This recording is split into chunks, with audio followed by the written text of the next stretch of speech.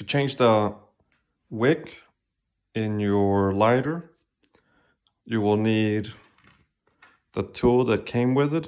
If this tool did not come with it, you can use a screwdriver and a coin, some tweezers, and a new cotton wick. You can order these on Amazon. You can get them from Walmart. Any of the Zippo brand wicks will work. The first step is on the wheel side, you will want to remove this plug. You can use a coin, and there is a lot of threads. This one's already started. Once you get it all the way unscrewed, be very careful. It is under spring tension, so you don't want this flying out.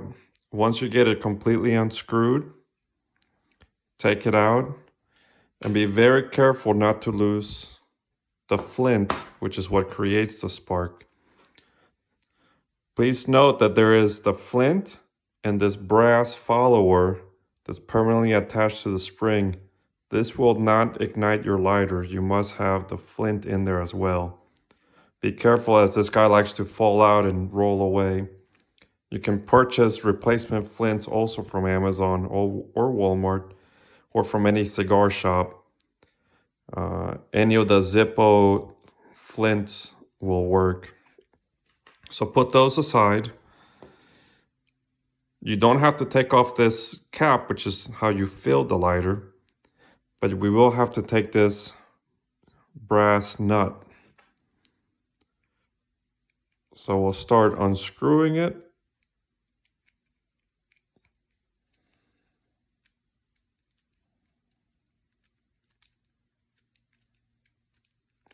This brass nut right here is what holds this bottom cap in place. So just wiggle it back and forth until it pops off. You can see there is a gasket there. You want to make sure it's not damaged and it's in place. Inside is the wadding, just like a Zippo lighter. This wadding is what holds the liquid that starts your lighter, the lighter fluid. It keeps it from sloshing around in here and helps it from evaporating. So this cotton wadding is reusable. It doesn't expire, but we do have to remove it. So just begin to take out the wadding.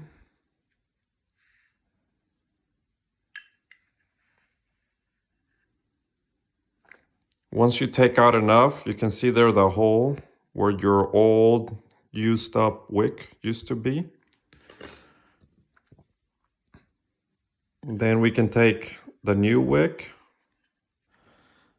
and thread it through. You can do it from either side. Sometimes it's easier to do it from the outside. And using your tweezers,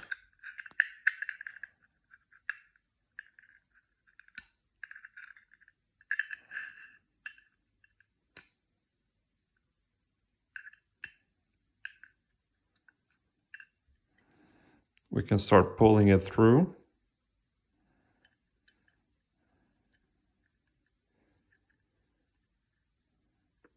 Or in this case, pushing it through.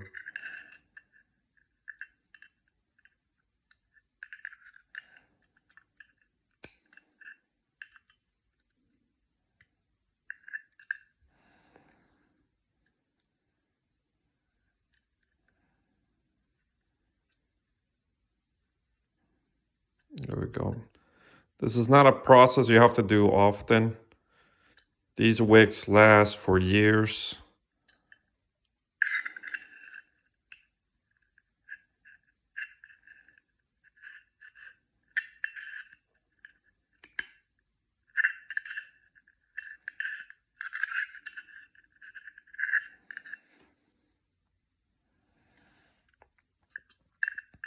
Once you get it through,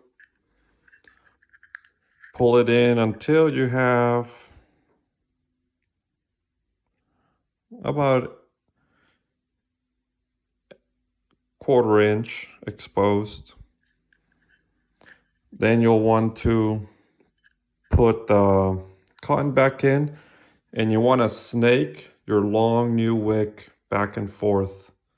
You don't want it just hanging on one side, because you want the wadding that's holding all the lighter fluid to soak that wick with fluid, and then the wick also then soaks up just like a straw and brings the lighter fluid to the tip.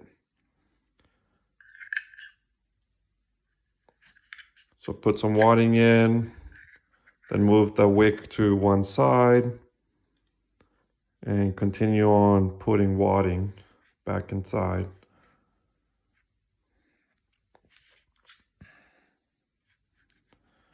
Don't pack it in tight. Make sure it's kind of loose. You don't want to pack the wadding in and leave a big gap where there's no wadding, because then the lighter fluid will just slosh around and it makes it even easier for it to leak out of the seals. It's best for it to be fully absorbed by the wadding, so leave it up high. Then you can put the cap back on, making sure that seal's still there. Then we can put the nut back on.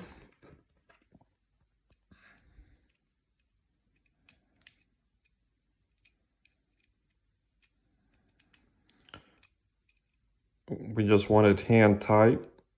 It doesn't have to be on crazy strong.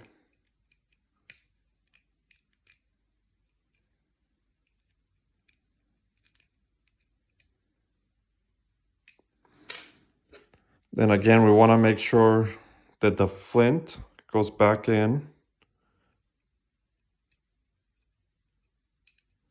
And then after the flint's back in, the follower and the spring and the cap.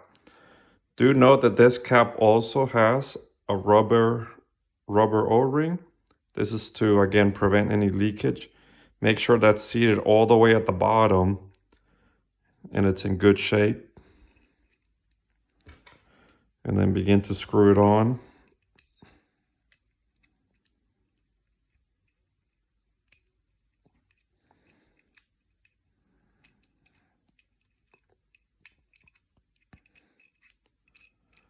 Once you have it screwed in all the way, you can take off the other cap, the one that's on the side of the button, and refill it with lighter fluid. Once you do that, you're ready to go.